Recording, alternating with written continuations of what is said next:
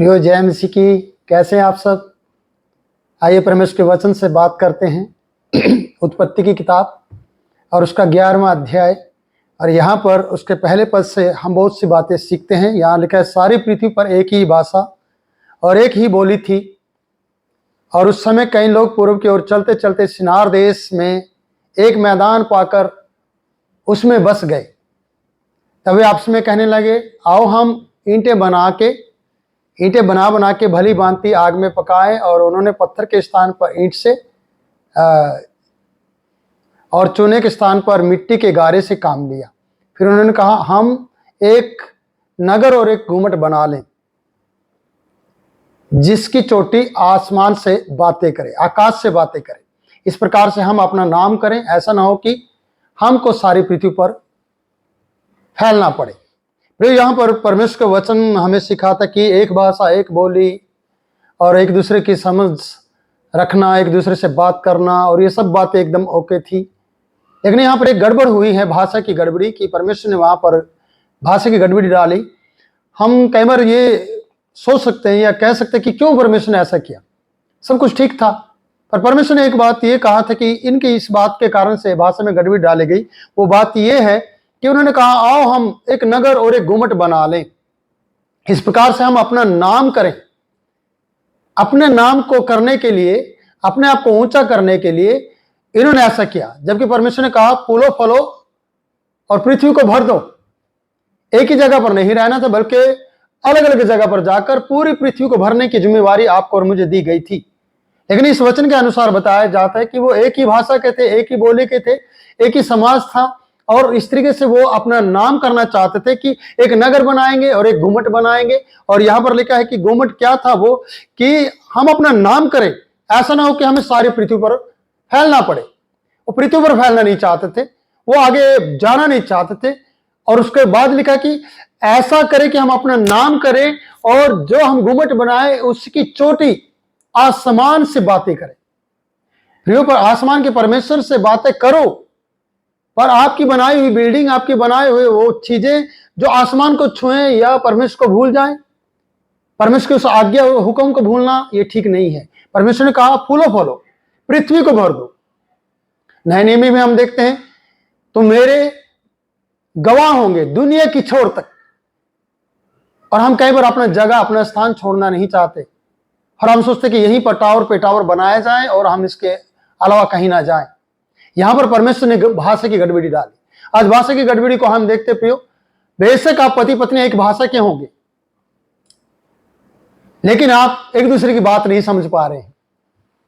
आप पति पत्नी इकट्ठे बैठे होंगे, जोर जोर से चिल्ला रहे होंगे, क्या तुझे सुनाई नहीं देता है, इस प्रकार से बात करते होंगे, जबकि आप एक भाषा के हैं। पत्नी आपकी नहीं समझ रही है, पति आपकी नहीं समझ रहा है, बच्चे आपकी नहीं समझ पा रहे। कारण यह है मेरे प्रियो, क्योंकि आज आप परमेश्वर की बातों पर नहीं चल रहे हैं। एक भाषा होते हुए भी भाषा में गड़बड़ी है।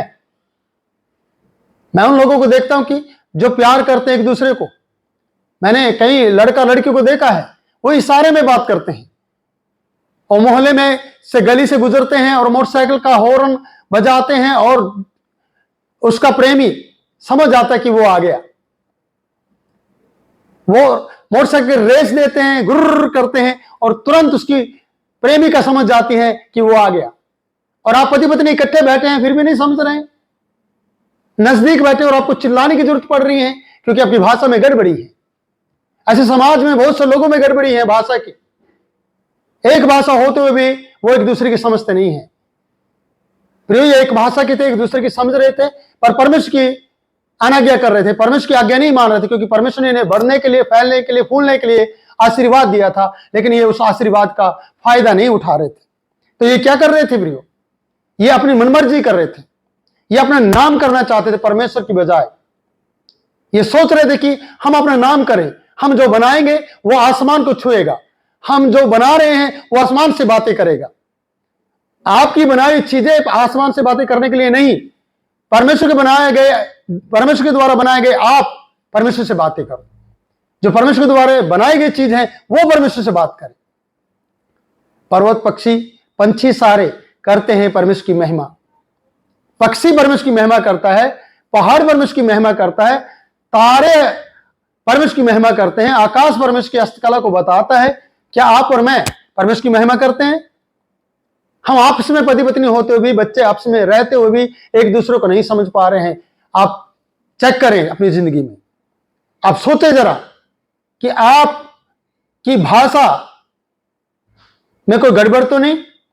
अगर आपकी भाषा सही है तो क्यों नहीं एक दूसरे की आप समझ पा रहे हैं? क्यों नहीं आपके बच्चे आपकी आज मान रहे हैं? प्रिय, मैं कहना चाहता हूं, आप परमेश्वर की आज्ञा को मानो।